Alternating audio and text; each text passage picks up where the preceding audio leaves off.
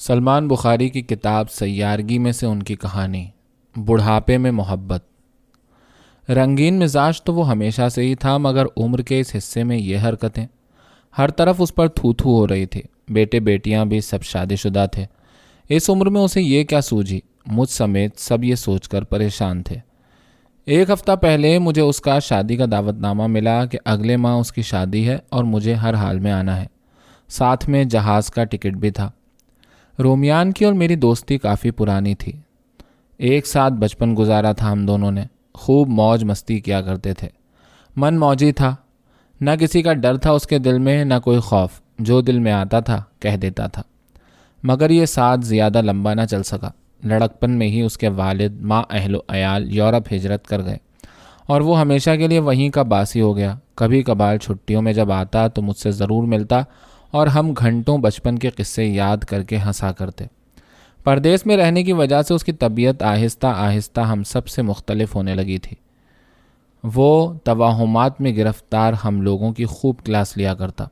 میری ہر بات کا اس کے پاس معقول جواب ہوا کرتا، جس کے بعد سوائے قائل ہونے کے اور کوئی چارہ نہ رہتا۔ ہم مشرق کے باسی اوائل عمری سے ہی مایوسی کا شکار ہوا کرتے ہیں۔ رومیان سے جب ملاقات ہوتی تو اسے اتنا پرجوش دیکھ کر ایک طرح کا حسد ہونے لگتا کہ آخر وہ اتنا مطمئن اور خوش کیسے ہے۔ مجھے یاد ہے ایک دفعہ بحث ہو رہی تھی کہ زندگی تو 4 دن کی ہے، پھر تو مرنا ہی ہے، پھر اتنی خواہشوں کا کیا فائدہ، بس جو مل رہا ہے اسی پر توکل کرو۔ مگر رومیان اس فلسفے کو بوسیدہ اور بیمار ذہن کی پیداوار کہا کرتا تھا۔ اس کا خیال تھا کہ زندگی 4 دن کیا، اگر صرف 1 دن کی بھی ہو تو اپنی خواہشوں کو مرنے نہ دو، جتنا ہو سکے اس 1 دن کو بھی بھرپور طریقے سے خوشی سے گزارو۔ میں اس کی باتیں سنتا تو مجھے خوف آتا کہ یہ کیسا آدمی ہے، مگر دوسری طرف جب بھی اس سے ملتا اگلے 1-2 ہفتے بہت خوشی سے گزرتے۔ نہ جانے کیا مقناطیسی کشش تھی اس میں جو سب کو اپنے گرد کھینچتی تھی۔ مجھے نہیں یاد پڑتا کبھی میں نے اسے افسردہ دیکھا ہو، سوائے ایک دفعہ جب اس کے والد کا انتقال ہوا، مگر وہ بھی صرف چند گھنٹے کے لیے۔ اگلے ہی دن وہ پھر اپنے والد کے مزاحیہ واقعات سنا کر سب کو زبردستی ہنسا رہا تھا۔ سب مہمانوں کو اس کی ذہنی صحت پر شک ہونے لگا کہ یہ کیسا بیٹا ہے جو اتنا خوش ہے، وہ بھی اپنے باپ کے مرنے پر۔ میں نے جب اس کی توجہ دلانی چاہی کہ رومیان سب باتیں بنا رہے ہیں تو اس نے ہنس کر کہا، یار یہ سب لوگ نہ جانے کیوں اتنے افسردہ ہیں، کیا اس افسردگی اور یاسیت سے کسی کو کچھ فائدہ ہونے والا ہے؟ میں نے کہا وہ تو ٹھیک ہے، مگر کچھ نہیں، ماتم بے وقوفوں کا کام ہے۔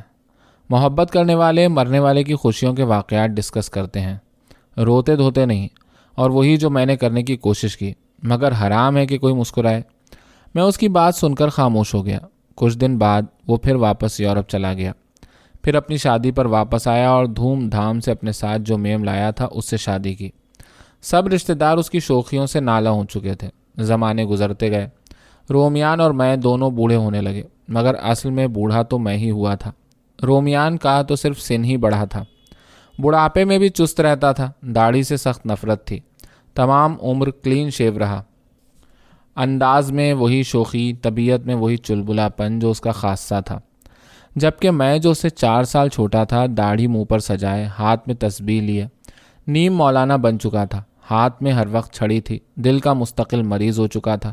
جب کبھی وہ مجھے ملنے آتا تو لوگ حیرت سے دیکھتے اور عجیب و غریب قصے گڑھتے کہ اس حلیے کے انسان کا مجھ سے کیا واسطہ۔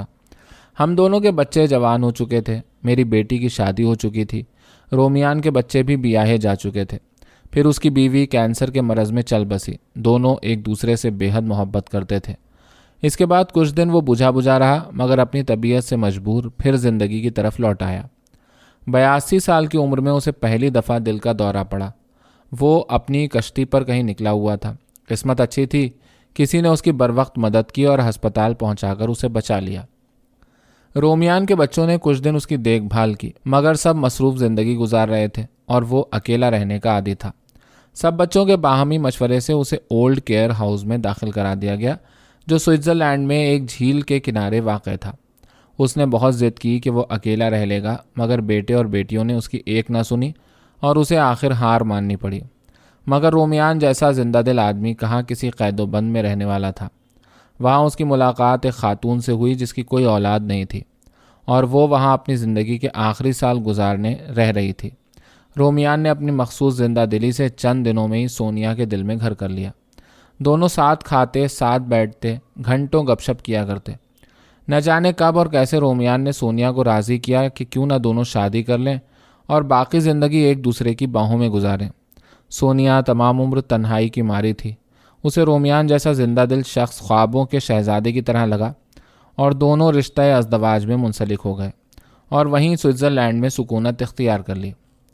یہاں میری حالت دن بدن خراب ہو رہی تھی۔ مجھے کل رات ہی فالج کا دورہ پڑا اور میرے جسم کا دایاں حصہ بالکل ناکارہ ہو گیا۔ میرے بچے ہر وقت سائے کی طرح میرے ارد گرد رہتے ہیں اور مجھے بستر سے اترنے نہیں دیتے۔ ہر روز کوئی نہ کوئی شناسہ ملنے آتا ہے، ہر کوئی آرام کا مشورہ دیتا ہے، کوئی ورد کی تعلیم دیتا ہے، کوئی تسبیحات کی۔ بیٹیاں قرآن پڑھ پڑھ کر پھونکتی ہیں۔ میں نے اپنی بیٹی کو بول کر رومیان کو نیک تمناؤں کا خط لکھوایا اور اپنی بیماری سے بھی مطلع کیا۔ اس کا فوراً جواب آیا، بستر چھوڑو اور دنیا گھومو جگر، اور اگر بستر پر ہی رہنا ہے تو صرف محبوبہ کے ساتھ رہو، سب بیماری رفو چکر ہو جائے گی، تمہارا دوست رومیان۔ میں نے خط پڑھا اور میری پوری زندگی پل میں میری نظروں کے سامنے گھوم گئی۔ نہ جانے کیوں میں نے اوائل عمری میں ہی رومیان کی زندگی گزارنے کا راستہ نہ چنا۔ پھر سوچا کہ شاید یہی فرق ہے مشرق اور مغرب میں۔ وہاں تنہائی ہے مگر اس کے ساتھ امنگ بھی ہے، یہاں میلہ ہے مگر مایوسی بھی۔ آج میرا جنازہ تھا۔ رومیان اپنی بیوی کے ساتھ میرا آخری دیدار کرنے پہنچا تھا۔ اگلے دن وہ ہنس ہنس کر سب کو ہمارے بچپن کے واقعات سنا رہا تھا۔ سب اس کو قہقہے لگاتے حیرت سے دیکھ رہے تھے۔